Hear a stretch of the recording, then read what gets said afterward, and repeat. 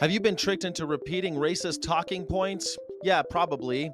Because people like J.D. Vance and Stephen Miller have been doubling down on racialist crime rhetoric during this D.C. siege. Vance painted black communities as violent and out of control. Miller ranted about crime in so-called lawless cities. But here's the problem. The data doesn't match the fear-mongering. Crime in D.C. is near 30-year lows. And the way they frame black people as criminals and as victims is built on two of the most repeated and misleading myths in American politics today. Let's debunk them right now. Myth number one: 13% commit 15% of the crime.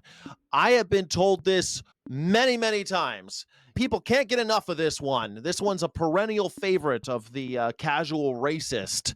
You've heard it before. Black Americans are 13% of the population, but supposedly commit 50% of the crime. First off, it's not about crime.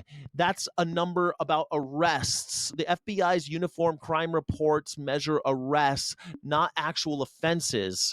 Policing practices like stop and frisk, neighborhood saturation, and profiling inflate arrest numbers in black communities. Just because you got arrested for a crime doesn't mean you actually committed that crime. So, yeah, more black people are arrested. That means absolutely nothing because the way we police in America and where most black people live just ends up that way. And the 50% number, it refers mostly to homicide arrests. If you look at all crime, property crime, drug offenses, white collar crime, all fall apart. Crime correlates much more strongly with poverty, segregation, and systemic inequality than with race itself. So stop repeating this 13% commit 50% of the crime. It's bullshit stat. You might be a racist if you're repeating the 13% commit 50% of the crime. It's bullshit. Myth number two: black on black crime. The second myth, that black people are more likely to kill black people than anyone else, often repeated as if it's unique to black communities, is also just a myth. The truth: most crime is intraracial. Think about it. Around 88 to 90% of black homicide victims are killed by black offenders. Around 80% of white homicide victims are killed by white offenders. This is true in every single race.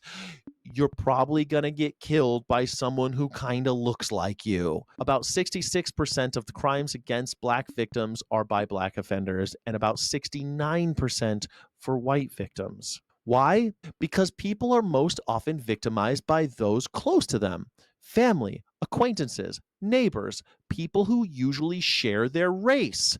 If you ended up dead tonight, tomorrow the cops come and they ask all your friends, neighbors, and family members because you were probably killed by your family member. That's most likely what's going to happen.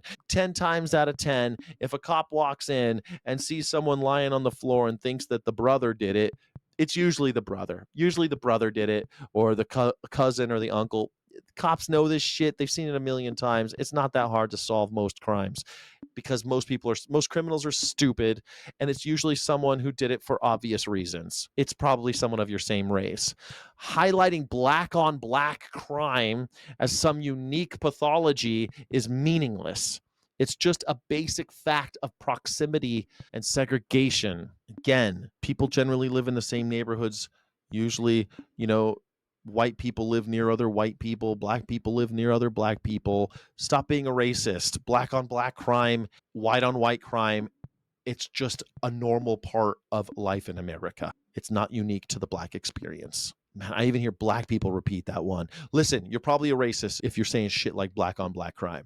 So why do politicians recycle these myths? Because they work as political weapons to keep you brainwashed. By framing black communities as dangerous, leaders like J.D. Vance and Stephen Miller justify federal crackdowns, militarized policing, and a narrative that keeps fear and division alive. It keeps you looking at your neighbors if they're so scary instead of looking up. It's keeping you looking left and right instead of looking up. The people in power, the people with money, those are the ones who are really pulling one over on you. It's not your fellow humans. Stop being afraid of black people. Jesus. But here's the reality. Crime is declining in Washington, D.C. and across much of the country. What's rising is the use of outdated, racially coded talking points to score political points. That's how they keep you under control. That's how they use you. That's how they get you to do what they want, keep you afraid.